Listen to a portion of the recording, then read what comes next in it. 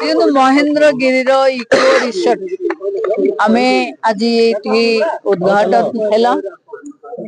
जंगल परिवेश मंत्री, खनि परिवहन मंत्री एवं विधायक समस्ते साथी अछंती।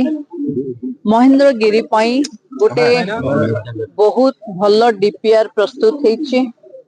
डीपीआर रो अप्रूवल परे महेंद्रगिरी को जेमती आम खनि मंत्री स्वप्न अच्छी जेठी परशुराम मंदिर हब सूर्य एवं हरिहर तर भेट को देखिवा पई लक्ष लक्ष श्रद्धालु आसुचंती।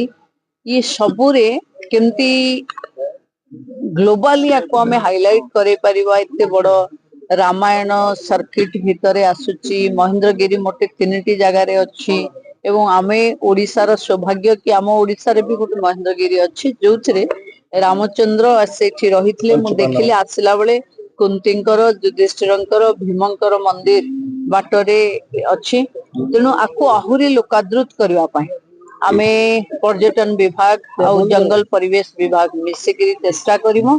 ये इको कटेज आज पब्लिक पई ऑनलाइन ओपन हैला।